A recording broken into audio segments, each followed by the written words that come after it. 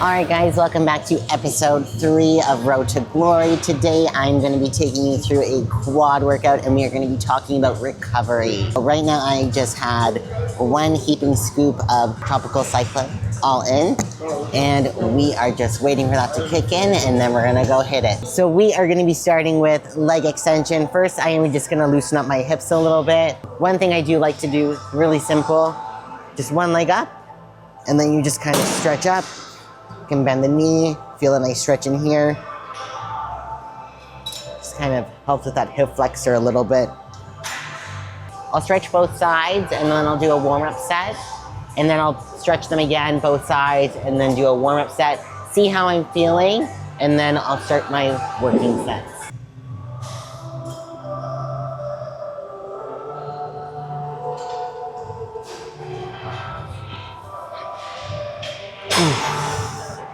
Just switching the machine, just having some technical difficulties. Well, for this, you see a lot of people, they move the weight and their bum comes up. You want to make sure your bum is down. Hold on to something, the handles, the back of the seat, whatever machine you're on, whatever is good for your height, just make sure to keep your bum pressed down. And as we come up, our goal is to actually be focusing on the squeeze up here. Squeezing all the way through here. And then obviously like your lower quad will just take over because it's more dominant. But our goal is as you come up, just squeezing on here. And this just helps obviously develop up here, but it also helps bring out that detail up here. Most of us lack it, and that's one way just to kind of get it out. So holding down here, making sure the bum doesn't come up. And just as we come up, we're focusing on the squeeze here. We are going to pyramid the weight up.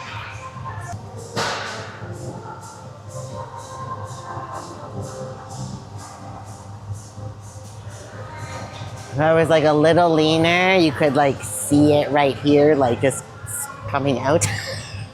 Not related to like quads, but like glutes, like having like that mind to muscle connection it's so key. One thing I did to like teach myself that, because a lot of us struggle with it. You can always improve on it too, even if we don't struggle with it. I would literally lay on the floor like a starfish and I would lift my opposite arm and my opposite leg and I would just squeeze. Then I would, other side, other arm, squeeze. And like I would just do that like for like 5 minutes on the floor in my basement and just like, it just helped. Hack squat, we are doing 2 warm-up sets, 1 hard set of 10 to 12 reps, and 1 back off set of 15. So by a back off set, it means reducing the weight a little bit and getting a little bit more extra reps. So our warm-up sets are not gonna be your typical warm-up sets. It's a warm-up set, but taken a little bit more seriously. So we're not just moving, we're actually like focusing on engaging everything and like bringing the weight down and up. Pretty much just, I mean, I guess it would be like a normal working set for somebody, but we're not like failing. That's what I should say. I love to take off my shoes. I'm actually wearing my like Toy Story Buzz Lightyear shoes to give me, extra power today, but for this, I don't actually want to wear my shoes. So I'm gonna be starting with 3 plates. Yes, 2 on one side and 1 on the other. It does not matter. The weight is still distributed the same. You're not gonna have 1 bigger leg, 1 smaller leg. You can do this for leg press, you're fine, don't worry. I'm living proof of it, we're okay.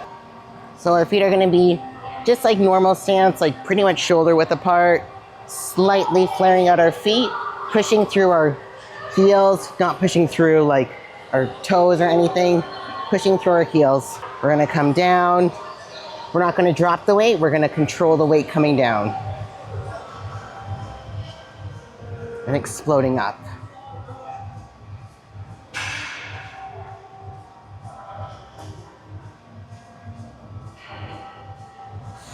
Need more weight for this one. We did our warm-up sets that I'm pretty out of breath from. So again, our warm-up sets, but they were taken a little bit more serious. We weren't taking them to complete failure. Think of them as like your average person working sets. That's what we just did. But now we're gonna be going into our real working sets. So this is our top set, so our heavy set of 10 to 12. So again, feet wide, shoulder width apart, pushing through our heels the whole time, slowly coming down, exploding up. When we come up, we're not locking our knees out. We're not really pausing at the top. You can pause, but you can pause at the bottom. Don't pause at the top because then you're just taking off all that tension. So if you want to pause, always pause at the bottom.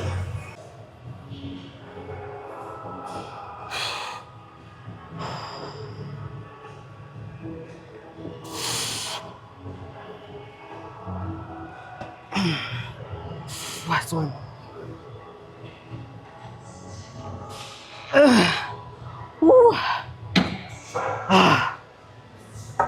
Do our back off set. I just stripped one plate. We're gonna get 15. If I can do more, I'll do more.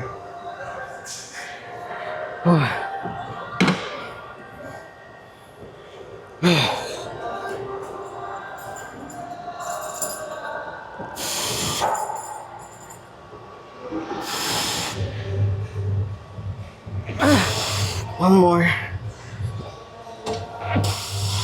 Oh.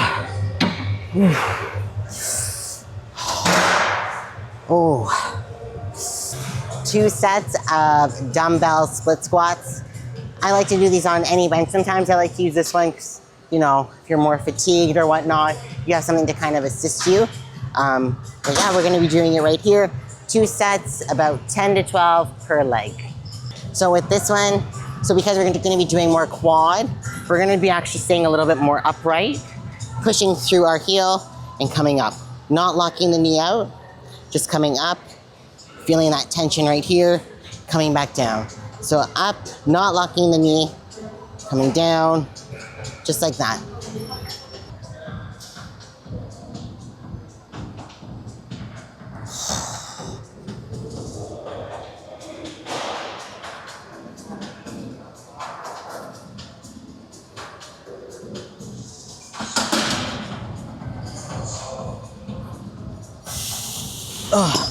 Whoa.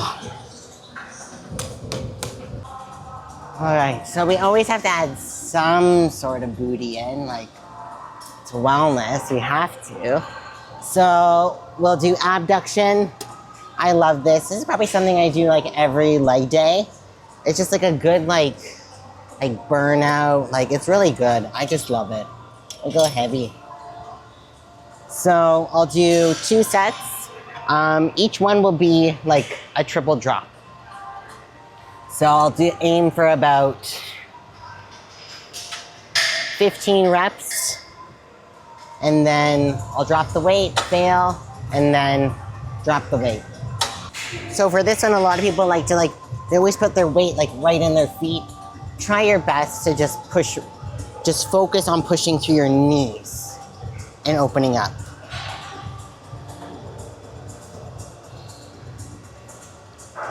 And of course, just trying to stay upright. You'll feel it like literally right here in the side. People come out, which is fine, but it's a lot more easier. So we just want to try and stay upright and just really focus on that squeeze. I can already feel it like cramping.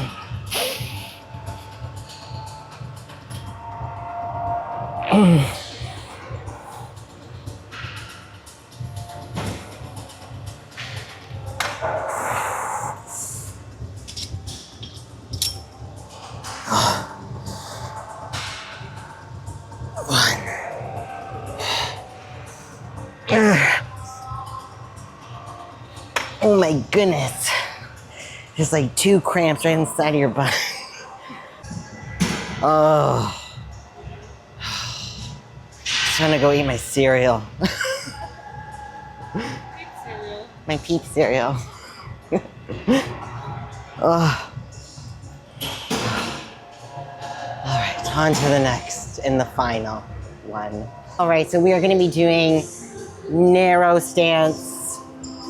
Oh my God, I'm so tired. Narrow stance Smith machine squats. It'll be more quad dominant. That's why our knees are gonna be closer together, narrow stance. We're not gonna be going wide. That'll be targeting more of our hammies and more of our glutes. So we'll just get under here. Let's do 25 a side just to feel the weight.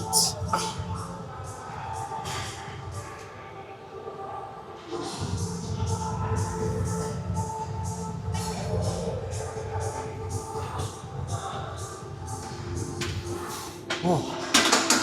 Quads are very pumped right now. So this is our final workout. We are going to be doing a set of narrow stance Smith machine squats. This is our final set. We're doing a plate right now. Our legs are pretty fatigued. Each rep we're doing is very slow and controlled, coming to the bottom, exploding up, not locking our knees, and just slow and controlled down, just really burning out the quads. All right, let's get into it. We're almost there.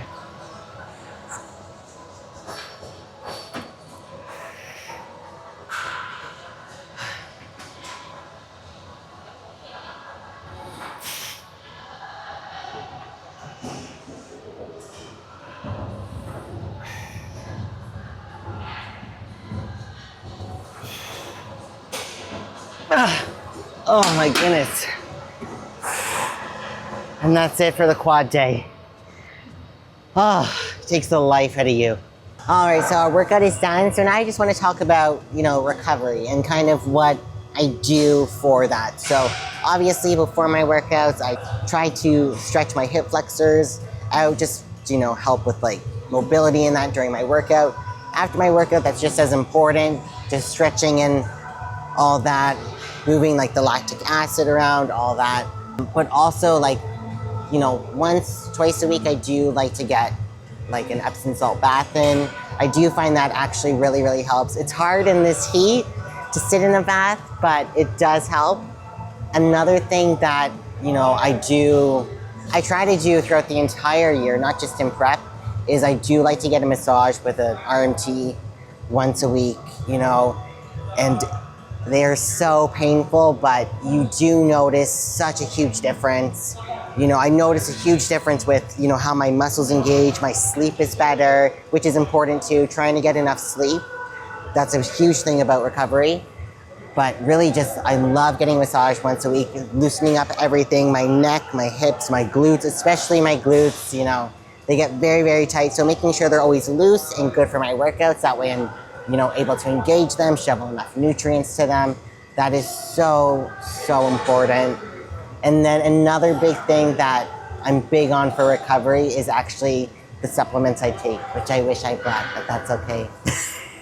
So post-workout, first thing in the morning, even before I go to bed, I'm huge on magnesium. It just prevents like cramping and muscle tightness, I find.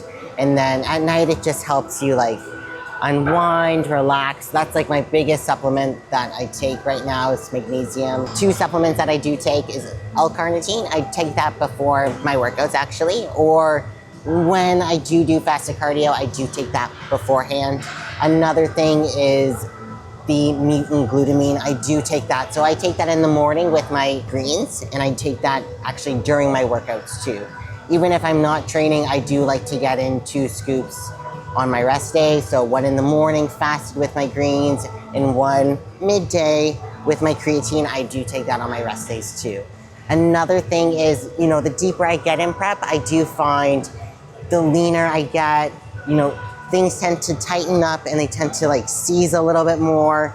So first thing, what I like to do in the morning is I actually like to take, 5-10 minutes just to like stretch, and like very basic stretching, like bending over, touching your toes, just stretching out your back on like a yoga wheel, very basic things, just to, help keep everything like limber and mobile. It's just something I find, like as I lean out, it just gets tighter, and it gets harder to like almost hit like my back poses and like my side poses, and just like your workouts too. So that is something I do like to do for my recovery, especially when I get closer to a show.